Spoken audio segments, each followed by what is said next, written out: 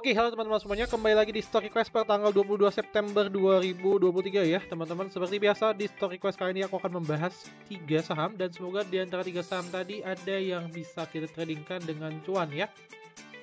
Minggu lalu aku sudah membahas 3 saham dan 2 dari saham tersebut lumayan ya, sudah floating profit. Harusnya ada ACES, ada ACE Hardware Indonesia. Waktu itu masuk watchlist di tanggal sini ya, 15 persis minggu lalu, dan sekarang sudah running 5 sampai harusnya 7% ya. Kemudian kedua ada Harum juga, ini so far juga good, sudah sempat aku bahas juga dan harusnya posisinya juga sudah floating profit tipis-tipis untuk saat ini. Oke. Sebelum memulai ya, seperti biasa aku mau recap dulu menu sore kita.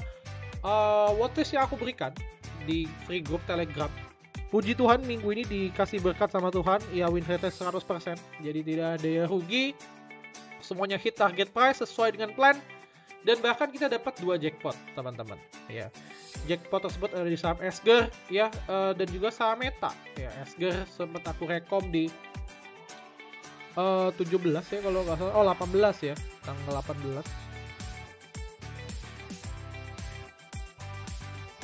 ini ya kalau nggak salah. 24% tuh di mana ya? Lupa nih. Harusnya ada sih, nanti teman-teman bisa cek juga deh ya, history chatnya. Ada Esger, Suli ya teman-teman, sorry ini kebalik nih, Esger sama Suli. Ini harusnya Suli yang naik 24% ya. Nah, Suli tanggal 15 aku rekom, tanggal 18 aku rekom ya, tanggal 19 hit 24%. Jadi ini kebalik, harusnya Suli, SGR cuma 6% sama PTMP 8%. Kemudian kita dapat jackpot juga di Meta ya, watchlistnya sempat aku berikan di tanggal 21 dan tanggal 22 jackpot ya, dapat 33% teman-teman ya, kenaikan tertingginya. Congrats bagi teman-teman yang udah dapat, dan jangan lupa untuk sedekah ya teman-teman. Dan buat teman-teman yang memang mau join free group kita di Telegram, silahkan, linknya akan aku put di deskripsi di YouTube dan sifatnya free ya. Setiap minggu aku akan coba berikan watchlist ya, cuma nggak setiap hari, mungkin dari seminggu itu ya 2-3 kali lah ya watchlistnya, supaya kedepannya ya teman-teman bisa dapat cuan juga. Nah kalau misalkan teman-teman mau tiap hari, teman-teman bisa join komunitas yang namanya Cuan Bareng Koko, dan disitu biasanya aku memberikan watchlist kurang lebih seminggu ya 2-3 kali lah ya. Nah kalian bisa cek di sini. Ini ya, komunitas khusus Cuan Bareng Koko, silahkan join di sini. Jadi itu hampir tiap hari aku memberikan watchlist menu sore, kecuali kalau memang market lagi tidak mendukung banget, aku baru tidak akan memberikan watchlist ya. Overall sih win rate lagi bagus ya minggu ini dan bulan ini juga, karena memang IHSG juga lagi naik cukup signifikan ya. Silahkan bagi teman-teman yang mau join, gunakan kode promo ya, kode promonya sudah aku put di Telegram teman-teman. Ini bagus banget. Nah, kemudian next, sebelum ke pembahasan utama 3 saham tadi, kita akan coba bahas dulu dari IHSG, kira-kira sentimen terdekat makro apa yang terjadi oleh IHSG kita saat ini.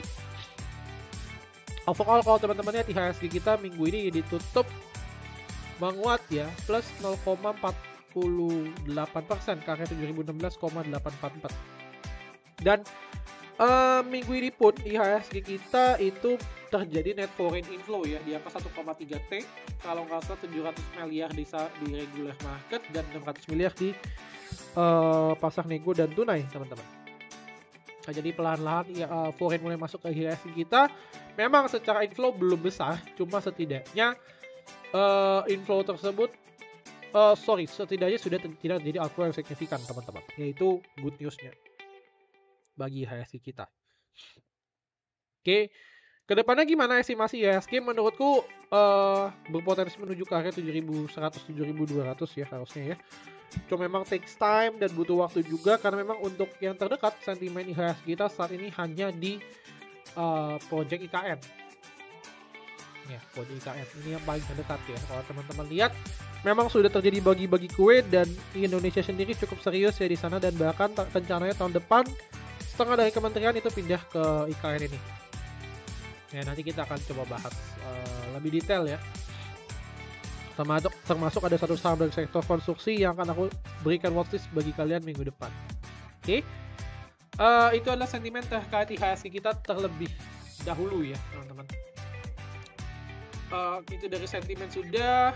Terus kemudian kita akan bicara tentang makroekonomi ya. Jadi secara minggu ini ya, secara pergerakan harga komoditas sendiri, oil masih di angka 90 ya, $90, which is itu bukan menjadi hal yang bagus juga ya bagi IHSG kita ya. Sorry, bagi Indonesia ya. Kalau misalkan dibilang bagi IHSG ya so-so, karena memang perusahaan di sektor oil Indonesia cukup banyak dan harganya juga sudah merespon, tapi itu menjadi kurang bagus dalam jangka panjang. Kenapa? Karena harga oil ini akan mempengaruhi kenaikan harga BBM, teman-teman.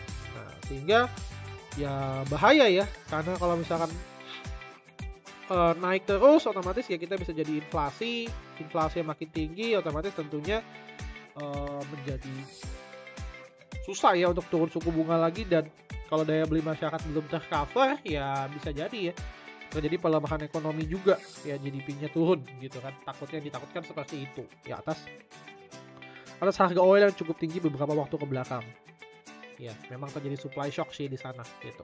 Cuma tentunya di sisi lain ya, kita tetap bisa mendulang cuan dari beberapa saham di sektor oil, tapi hati-hati ya, karena kenaikannya menurutku sudah mulai terbatas dan beberapa juga sudah mulai ada tanda-tanda reversal dalam jangka pendek.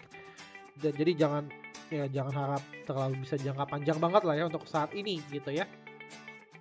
Kemudian dari sisi inflasi juga, inflasi dan tingkat suku bunga di Amerika kemarin terakhir berada di angka 5,5%. Jadi The Fed belum ada keinginan untuk menurunkan suku bunga, karena memang angka inflasi yang cukup tinggi ini masih menjadi pertimbangan utama lah ya, bahwa tingkat suku bunga itu tidak akan turun dalam beberapa waktu belakang, dan bahkan ada wacana untuk mau naik lagi gitu tingkat suku bunganya. That's why kalau teman-teman lihat saham-saham yang relate ke suku bunga, terutama di sektor properti, yaitu masih belum ada respon bagus ya, BSDE, Pewon, CTRA, dan bahkan cenderung untuk ke area reversal ya. Secara weekly sih ketahan sih, tapi secara daily sudah ambrolnya sudah lumayan banyak gitu.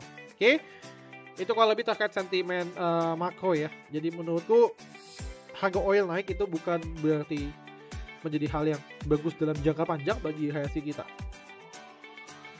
Oke, kemudian next kita akan coba bahas mungkin dari sisi 3 saham tadi ya. Saham yang akan aku bahas itu adalah saham MBMA, kemudian saham Adikarya, dan terakhir adalah Sun Unilever ya. Kita coba lihat di antara 3 saham tadi mana nih yang benar. Oke, pertama akan aku bahas adalah saham MBMA, teman-teman ya. Untuk saham MBMA menurut ini cukup cakep secara daily chart-nya. Kalau teman-teman lihat secara daily chart, dia membentuk pattern yang namanya cup and handle ya. Sudah di break ya, ini cup-nya. Oke, ini handle-nya dan sudah di break. Nah, kalau misalnya ditanya apakah area sekarang merupakan area best buy, menurutku bukan area best buy ya untuk saat ini. Cuma apakah worth to try juga, menurutku ya bisa jadi worth to try. Kalau kita lihat kedalaman patternnya, berpotensi menuju ke area 1080 gitu. Oke. Nah, kalau misalkan teman-teman tanya apakah area sekarang adalah worth to buy, kita coba tarik Fibonacci-nya. Nah, ini aku tariknya kebalik ya teman-teman ya. Ini harusnya nolnya di atas, cuma memang nggak bisa reverse. Kalau teman-teman lihat, kalau ditanya area base buy-nya di mana, menurutku adalah di sekitar sini ya, 880 sampai 900. Itu adalah area menurutku cukup area base buy untuk saat ini. Kalau misalkan memang trennya cukup kuat, kemungkinan besar dia akan coba menguji area sana dulu ya, 23,6. Dan berita bagusnya, beberapa kali itu sempat diuji area tadi 900 ya. Teman-teman lihat ini 3 candle dekat-dekat area 900. Kalau misalkan teman-teman mau coba beli ya, saranku sih coba antri aja di sana. Siapa tahu ya dijemput di area 900 tadi. Yang itu untuk MBMA. Nah, terus kemudian cut loss-nya di mana? Maka cut loss-nya teman-teman bisa put di sekitar sini ya. Itu di sekitar area 850. Ya. Kalau teman-teman beli di 900, cut loss di 850. TP-nya di mana? Teman-teman bisa put di sini ya. Ini adalah area resisten tertinggi di sini yaitu 955. Dan kalau misalkan dikasih lebih mungkin ke 123,6 yaitu area 1000. Jadi secara risk dan reward menurutku 1:1. Ya, kalau misalkan teman-teman dapat di bawah 900 ya, mau cicil-cicil dekat sini 850 sampai 900 itu oke. ya untuk MBMA. Secara broker summary mingguan sebenarnya agak kurang bagus ya. Cuma memang KI, DXNI ada yang distribusi oleh PD, BB, YU, AK. Jadi mingguannya belum gitu bagus, cuma kayaknya sih ini kayaknya salah satu ini juga ya. AI itu kan broker yang cukup bagus ya. Dan ketika dia mengakumulasi sebuah saham, pasti ada something di saham itu.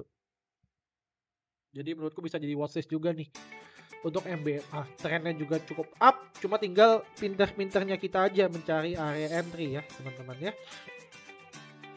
Oke, itu untuk saham MBMA. Kemudian saham kedua yang akan aku bahas adalah saham ADI. Nah, saham ADI ini menurutku akan lebih relate ke yang ini ya. Kalau teman-teman lihat memang proyek IKN itu sedang digenjot banget untuk Indonesia. Dan cukup serius juga pemerintah Indonesia untuk akan mengubah ibu kota negara kita ke sana. Dan kalau dilihat memang sudah terjadi bagi-bagi kue ya. WG dapat 1,2T. Terus kemudian ada beberapa juga yang PTPP kalau nggak salah hampir 4 triliun ya. PTPP itu yang secara kontrak dia paling besar ya dalam bagi-bagi IKN. Terus kemudian ada Adikarya, ada Wika, dan juga WSKT. Nah, teman-teman bisa baca juga, bisa kita sendiri beberapa beritanya. Nah, dan menurutku pribadi ya potensi IKN ini cukup besar ya atas bagi-bagi kue ini, dan bisa jadi kita bilang reversal bagi saham-saham di sektor konstruksi ya. Jadi saham sektor konstruksi kemungkinan besar mulai akan kembali menunjukkan tajinya, dan sudah kelihatan dari chart daily-nya sudah membentuk pattern uptrend. Ya kalau teman-teman lihat ya WSKT nggak bisa karena lagi disuspend.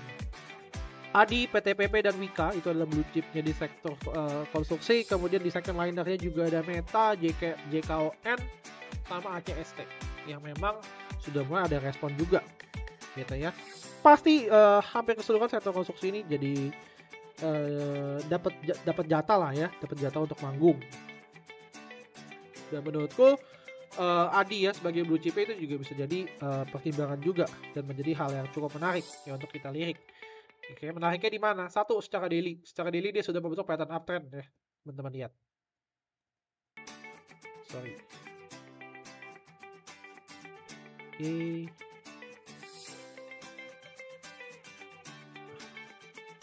Ya, dan ini juga ada pattern yang sudah di break ya.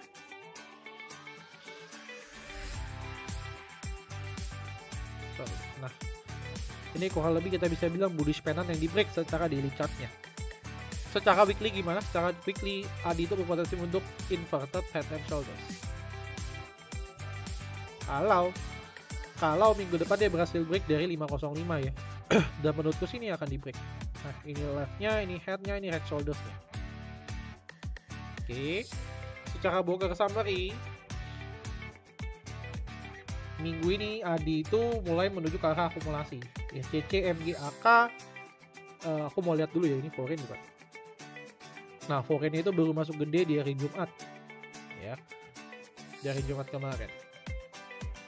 Oke, secara broker summary minggu ini mereka melakukan pembelian di area 490 sampai 495.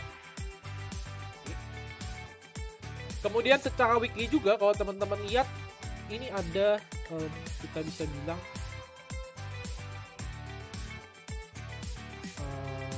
divergence ya.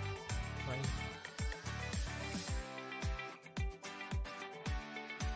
ini turun, ini naik. Nah, ada divergence ya, berarti memang reversal itu cukup real dan nyata, dan menurutku menarik banget untuk dijadikan watchlist semi long term ya untuk Adikarya ini. Nah, kalau kita bedah ke daily, kira-kira apa nih yang menarik ya? Gimana titik entry-nya? Kalau misalkan teman-teman mau buy dengan metode buy on breakout, ya saranku sih better belinya nyicil ya. Nah, ini kan memang ada pattern yang sudah di break ya. Oke. Contoh beli di area 505. Ya. Stop loss-nya di mana? Teman bisa pakai swing low terakhir, yaitu di sekitar area 4 ya. Kemudian untuk target price ya, teman-teman bisa put di resistance terdekat yaitu sekitar 530. Ya, ini agak kurang worth sih. Oke. Kemudian kalau misalkan memang dia bisa break lagi, maka kemungkinan besar dia akan coba menguji area sini. Terus kita angka 550. Kalau misalnya ditanya secara risk dan reward untuk saat ini memang agak kurang menarik. Masih jauh lebih besar risknya ya dibandingkan reward. Ya meskipun tadi sudah sempat aku mention bahwa tanda-tanda reversal ini memang ada untuk saham ADI. Oke. Jadi solusinya gimana? Solusinya adalah teman-teman belinya nyicil. Ya. Cicil beli. Ya, kalau misalkan dia pullback besok mungkin dikasih 480, 490, teman-teman masuk porsi pertama. Kalau misalkan dia masuk ke area bawah, silahkan beli lagi porsi kedua 470 dengan last support di 454. Dengan hal tersebut itu tentunya akan membuat saham ADI ini lebih menarik ya secara risk dan rewardnya.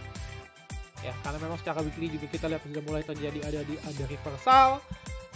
Secara daily juga kan udah kelihatan reversalnya ya.